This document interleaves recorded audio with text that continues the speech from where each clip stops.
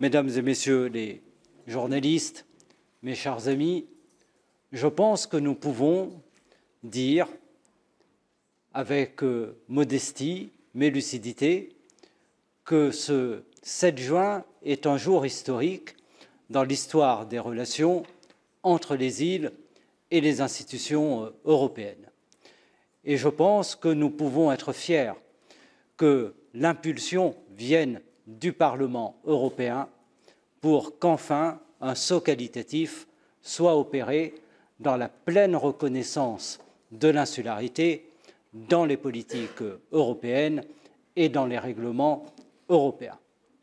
Et nous voulons croire que ce vote puissant du Parlement européen, 577 voix pour, 38 contre, dit la très forte mobilisation de notre Assemblée pour que l'on puisse à présent avancer de manière concrète vers les demandes portées depuis des années et des années par les régions insulaires de l'Union européenne.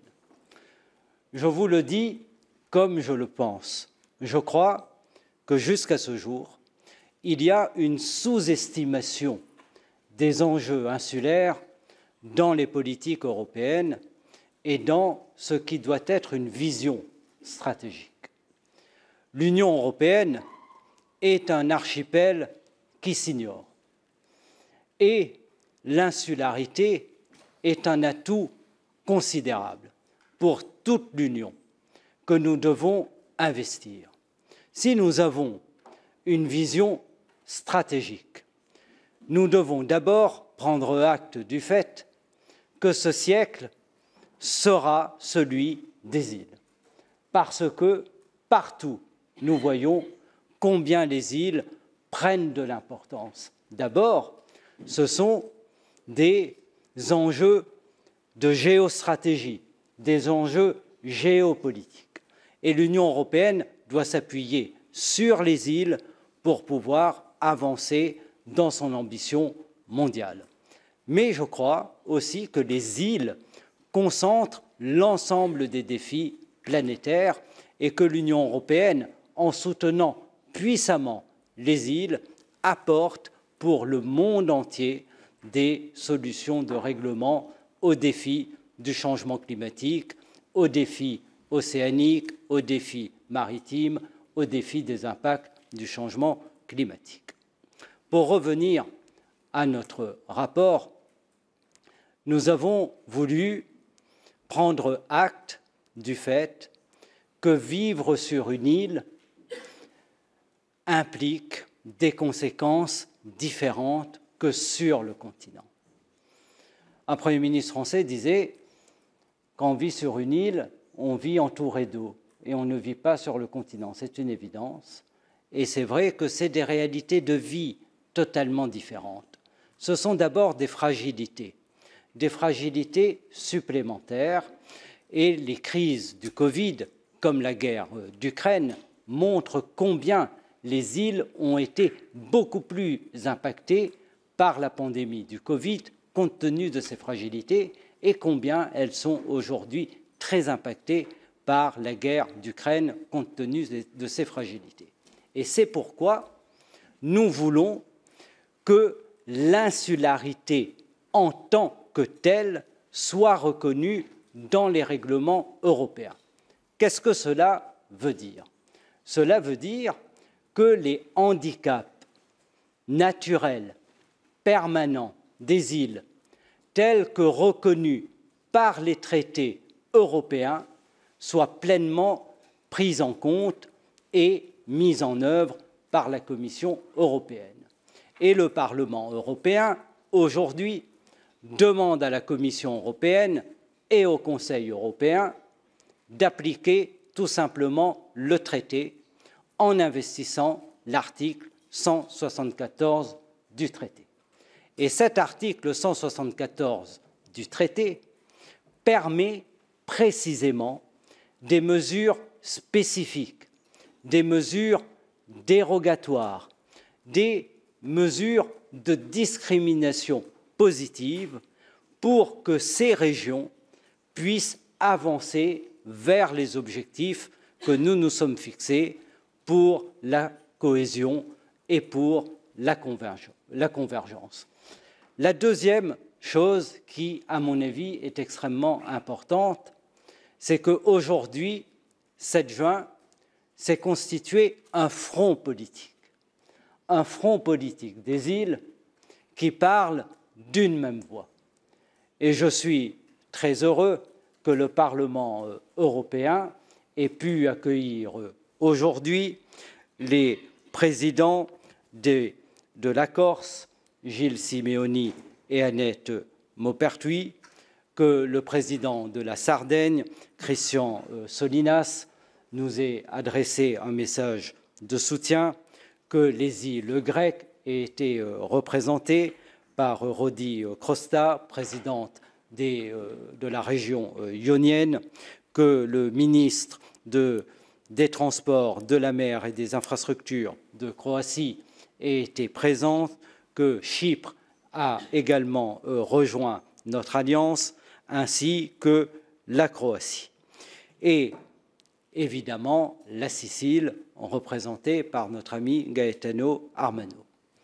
Cette unité est très précieuse pour pouvoir aujourd'hui faire en sorte que la Commission européenne et le Conseil européen traduisent la demande du Parlement européen. Et nous avons aussi proposé un chemin politique. Le chemin politique est le suivant. C'est un pacte des îles et un agenda pour les îles. Lorsque le Parlement européen et la Commission Régie, et je veux saluer le rôle de mes collègues Josiane Koutajar en particulier, Stelos Kimpiropoulos, François Alfonsi, lorsque nous l'avons fait parce que nous savons que l'impulsion ne peut venir que de la représentation démocratique de l'Union européenne, et que c'est notre rôle, et que nous avons l'expérience de la promotion des régions urbaines qui est venue d'un vote du Parlement européen il y a des années, d'un rapport d'initiative qui a été fondateur de tout un chemin qui a amené jusqu'au pacte d'Amsterdam et jusqu'à l'agenda urbain. Eh bien, je veux croire aujourd'hui que le rapport d'initiative que nous avons voté est un rapport qui va permettre d'ouvrir ce chemin. Pour conclure, je veux dire en tant que président de la Commission du développement régional que l'avenir de la politique de cohésion passe par la prise en compte des diversités des situations au sein de l'Union européenne. Nous ne pouvons plus avoir des solutions uniformes à des situations extrêmement diverses. Et la réalité dans une île n'a rien à voir avec la réalité au cœur du continent européen. Et cette prise en compte des diversités dans la politique régionale est la garantie de l'avenir de la politique de cohésion. Et l'article 174 du traité permet cela en visant des solutions adaptées pour les régions insulaires, pour les régions rurales, pour les zones montagneuses, pour les régions faiblement peuplées. Et nous disons à la Commission européenne, qui a été très proactive pour les zones urbaines, qu'il est actuellement avec le Parlement européen pour les zones rurales, qui a accepté des allocations de compensation des surcoûts basées sur l'article 174 pour les zones faiblement peuplées, qu'elle répondra positivement à ce que l'article 174 soit véritablement mis en œuvre pour les régions insulaires. Et la réalité, c'est que nous avons un exemple qui est celui des régions ultrapériphériques, par l'article 349 du traité.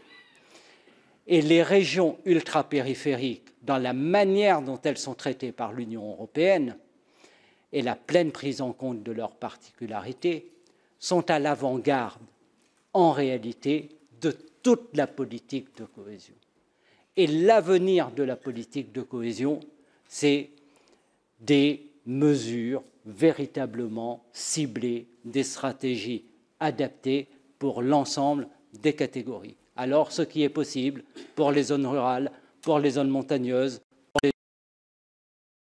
zones périphériques, doit l'être également pour les régions insulaires, tant les régions insulaires sont confrontées à des difficultés et tant les régions insulaires sont importantes pour toute l'Europe. Et je forme le vœu, évidemment, que notre demande de faire de l'année 2024 une année des îles en Europe soit évidemment accueillie de manière positive par le Conseil et par la Commission européenne. Je vais donner à présent la parole au président Gilles Simeoni, président de la collectivité de Corse.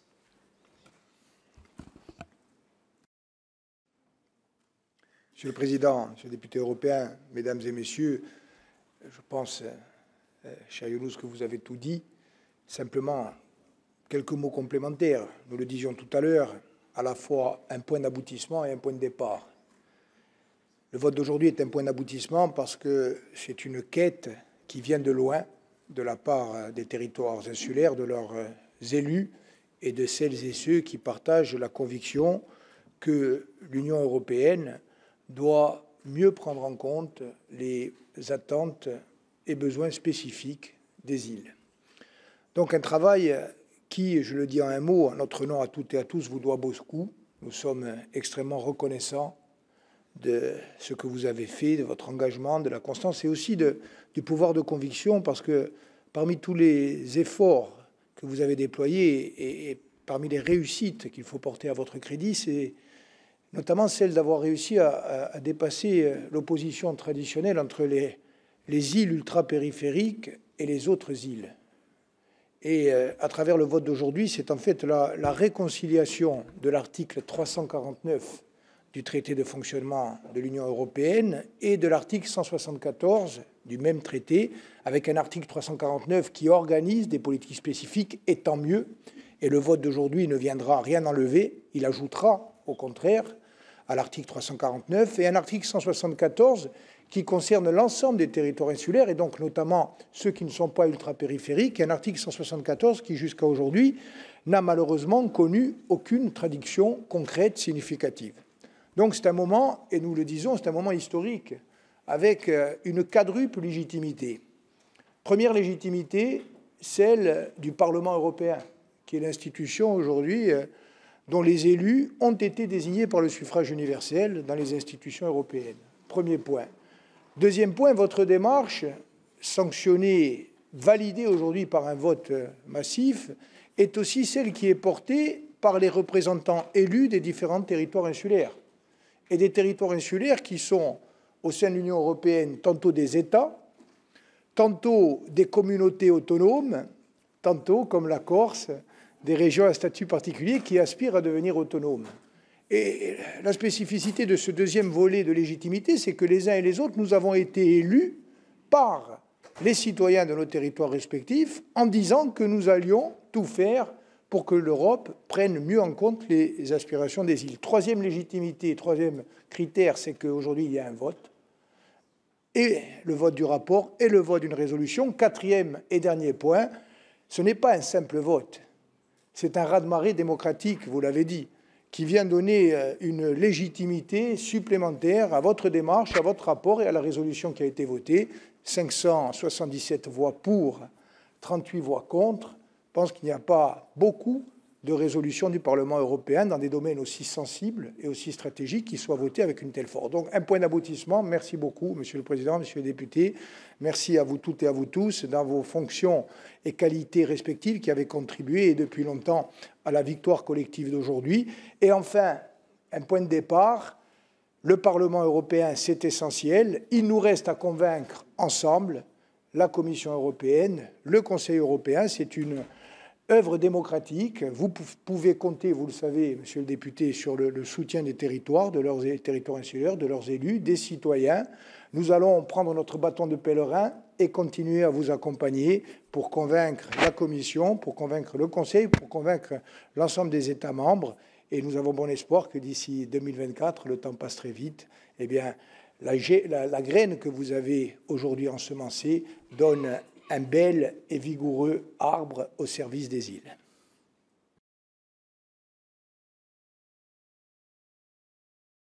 Le Président, je vais donner la parole à présent à Rosario Sanchez, ministre du gouvernement des Baléares, chargé des Finances et des Relations extérieures. Muchas gracias, presidente. Hola a todos y a todas, representantes de las islas, miembros del Parlamento, periodistas. Creo que se ha dicho prácticamente todo. La votación de hoy del informe es un momento histórico del informe sobre islas y cohesión y un punto de inflexión, no solo por el resultado, que el resultado es muy importante, sino también por el simbolismo y el tiempo que llevábamos todos trabajando, todos los habitantes de las islas y todos los representantes de las islas para llegar a este momento, ¿no? Después de tanto tiempo de conocernos y de trabajar conjuntamente. Queremos agradecer desde la presidencia de la Comisión de las Islas el trabajo que ha hecho el señor Yunus Omarjee, presidente de la Comisión Regi del Parlamento Europeo, y también de todos los reporteros del informe, por lo bien que han reflejado nuestra realidad y cómo afecta el hecho de la discontinuidad territorial en nuestro día a día, en materia de transportes, en materia de residuos, en materia de sostenibilidad, en materia de turismo, en materia de concentración de la actividad económica. Y es una gran oportunidad para nosotros para poder ofrecer un futuro mejor a nuestros habitantes, que son también habitantes europeos. Tenemos un gran aliado en el Parlamento que ha dicho alto y claro que hay que hacer un tratamiento específico a las islas europeas.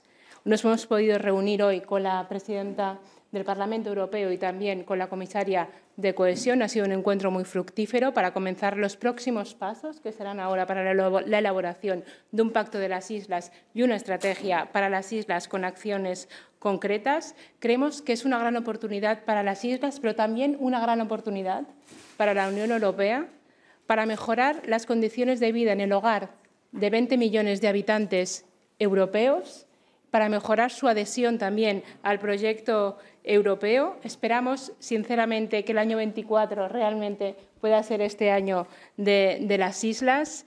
Y como dice la presidenta de las Islas Baleares, que es la presidenta de la Comisión Islas dentro de la CRPM, a quien queremos agradecer su trabajo, porque no hay nada más injusto que tratar igual a aquellos que somos diferentes. Muchas gracias. All right. I would like to ask journalists in the room whether there would be any questions, please. Can you introduce yourself and indicate who you would like to ask a question to? Buenas tardes. Clara Rivero, de Televisión Española. Quería saber si consideran que puede haber alguna diferencia entre este tratamiento a las islas y el tratamiento a las regiones ultraperiféricas, más allá que las RUP tienen la lejanía como factor distintivo. Si el resto y la fiscalidad también, que es diferenciada, sí que puede decirse que hay un tratamiento similar entre el artículo 164 y el que reconoce la ultraperiferia.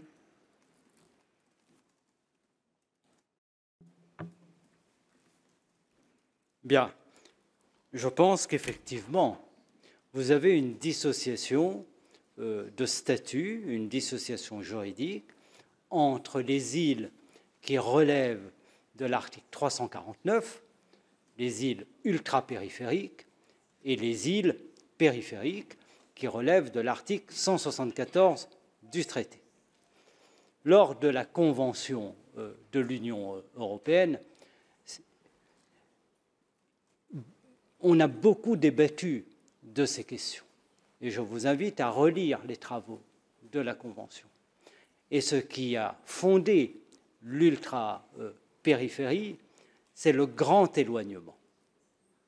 Donc les régions ultrapériphériques relèvent de l'article 349. Mais il n'en demeure pas moins vrai que les régions ultrapériphériques sont des îles et qu'elles relèvent aussi, d'une certaine manière, de l'article 174 du traité. Et que vous avez des points d'unité entre l'ensemble des îles européennes, y compris pour les îles qui ne sont pas dans le grand éloignement. Et en tant que telle, l'insularité crée des fragilités, qu'on soit dans le grand éloignement ou dans l'éloignement.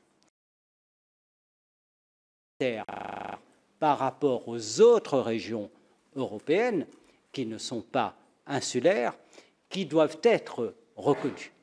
Donc, pour résumer, il y a du côté de la Commission Régie et du Parlement européen un respect absolu de la dissociation des statuts 349 et 174. Nous agissons pour que la Commission européenne approfondisse davantage encore l'article 349 pour les RUP, parce que la Commission européenne est parfois très réticente aussi à mettre en œuvre l'article 349 et à lui donner le champ d'application le plus dynamique et le plus large que nous voulons. Nous faisons ce travail et nous faisons aussi le travail qu'il y a à faire pour donner le champ d'application le plus dynamique et le plus large à l'article 174 du traité. Et c'est justice et égalité entre toutes les régions de l'Europe. C'est la seule manière pour agir. Yes, please. Go ahead. Hola, buenas tardes. Laura Zornoza, de la agencia EFE. Yo tenía dos preguntas, en concreto respecto a los próximos pasos de los que han hablado. También en la resolución se recogen varias ideas, varias propuestas. Quería saber quiénes son sus aliados en la Comisión para llevar este paso. Por ejemplo, usted, consellera, se ha reunido con la Comisaria de Política Regional. ¿Le ha hablado de algún tipo de plazo para presentación de estas propuestas? ¿Algún plan para los próximos 2-3 años? Y por parte del Consejo, me gustaría saber si tienen algún tipo de cooperación especial, por ejemplo, con Chipre, Grecia, Malta, Chipre, Malta, Irlanda, que son países que son islas, para encontrar alianzas ahí que puedan permitir acelerar el proceso legislativo. Gracias. Además de reunirnos con la Comisión Europea, desde las Islas Baleares como presidentes de la Comisión de las Islas tenemos el compromiso, y ya lo estamos haciendo, de trabajar con nuestro Estado, que es España, para poder seguir avanzando en la elaboración de un pacto de islas y una estrategia para islas, y como nosotros también el resto de las islas europeas trabajan con sus Estados para poder unar esfuerzos de este reconocimiento del hecho diferencial de la insularidad también dentro de la Unión Europea, para que las políticas puedan tener una prueba de islas para ver cómo afectan las grandes políticas europeas a la realidad insular fundamentalmente.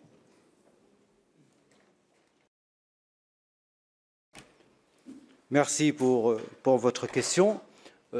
La Commission européenne, elle est destinataire des demandes des colégislateurs.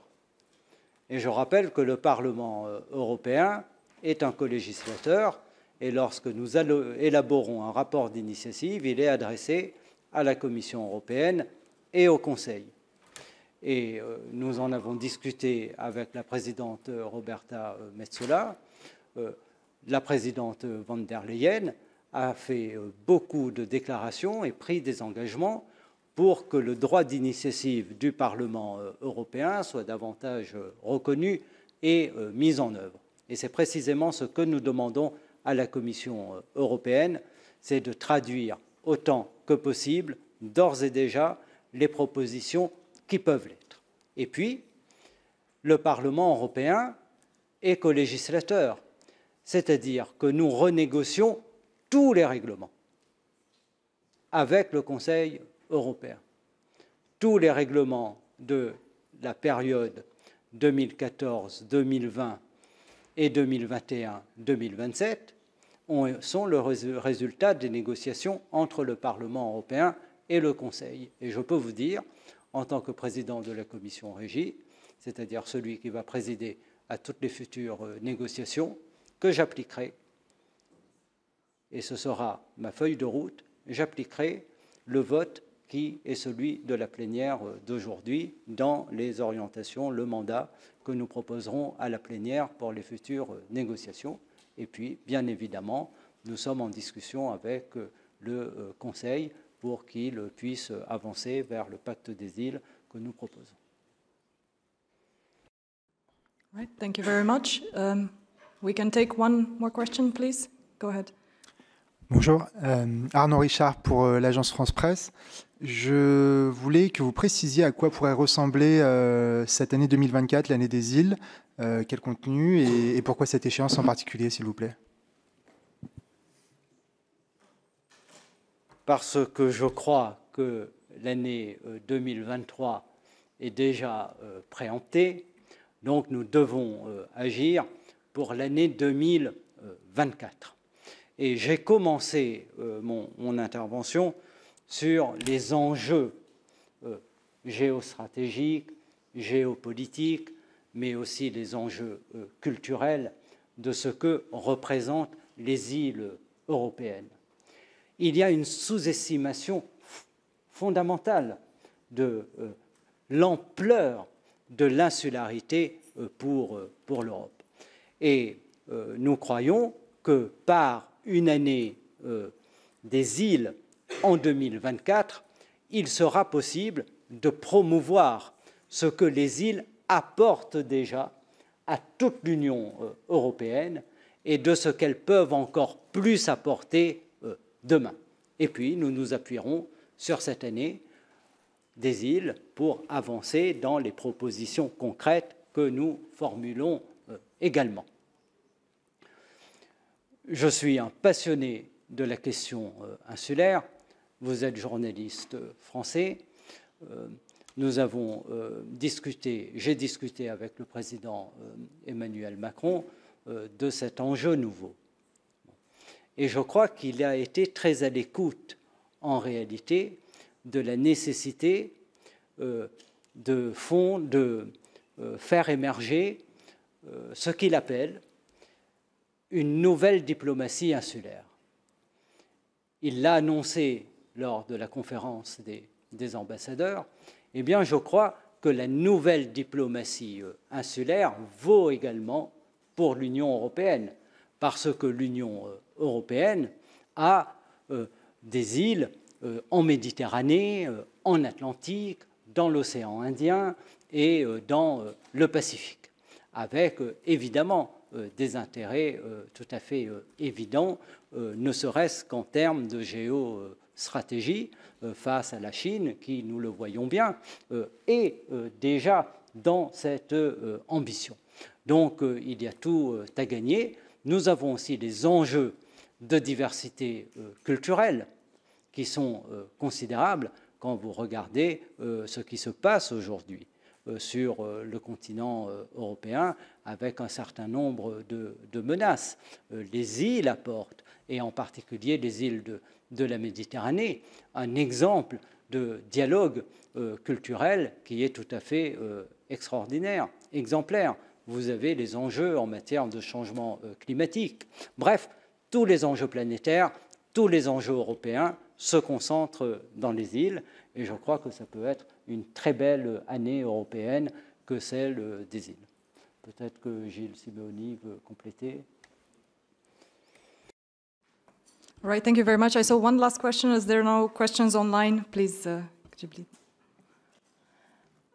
Volevo chiedere, insularità significa anche frontiera. Io sono una giornalista siciliana, lavoro per il Giornale di Sicilia, per la TV del Giornale di Sicilia. Questa risoluzione porta con sé la possibilità di fare valere questa specificità, talvolta drammatica, in ambito europeo? Potrà essere un grimaldello per chiedere una politica solidale più efficace alla Commissione europea su questo fronte?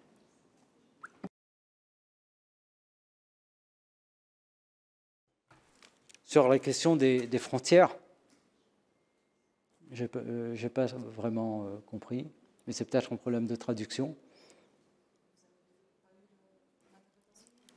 Si vous pouvez reformuler. Oui. Nel caso della Sicilia, insularità significa anche frontiera. Noi siamo frontiera, riceviamo tantissimi migranti, sempre di più, nuovamente di più in questo inizio di anno dopo la fase acuta della pandemia. Volevo capire se questa risoluzione, se questo accordo, se questo patto che guarda al futuro contiene in sé la possibilità di far valere presso la Commissione europea la necessità di una politica di coesione più efficace anche rispetto a questa che talvolta, spesso direi, diventa un'emergenza. Bien sûr, c'est une question qui se pose à toute la politique régionale. Et nous voyons bien que la politique régionale, aujourd'hui, est dans un moment pour être repensée à l'aune de crises nouvelles. Nous avons été en action par rapport à la grande crise épidémique, et la politique régionale est rentrée en action. Nous avons été la politique sans doute la plus réactive devant la guerre d'Ukraine, puisque c'est la politique régionale qui a mis sur la table les règlements CARE. Face à la crise du Brexit, c'est aussi la politique régionale qui est rentrée en action en soutien aux régions avec la réserve d'ajustement au Brexit. Et il est vrai que la question de la migration est un nouveau défi aujourd'hui pour la politique régionale et qu'elle se pose dans des conditions évidemment encore plus difficiles pour les régions insulaires. Nous l'avons bien vu pour les régions italiennes et nous le voyons également pour les Canaries, régions ultra-périphériques. Et puis, dans ces questions de démographie, vous avez aussi les enjeux liés à la dépopulation, d'ailleurs visés à l'article 174 du traité. Il y a là un champ d'action pour la politique régionale qui est considérable. J'en ai discuté ce matin avec le secrétaire d'État aux affaires européennes espagnol, dans le travail que nous faisons sur la future présidence espagnole. Et c'est vrai que ces questions aujourd'hui baissent de manière très, très vive de population en Europe, sont totalement sous-estimées et vont bousculer toute la politique régionale et toute l'économie de l'Union européenne. Pensez à un pays comme le Portugal, qui va voir sa population passer de 11 millions à un peu plus de 4 millions d'habitants en 2100. C'est-à-dire que la population du Portugal sera équivalente à celle d'une très grande ville. Bon, c'est considérable, c'est pareil pour la Hongrie, d'une certaine manière, c'est pareil pour l'Espagne.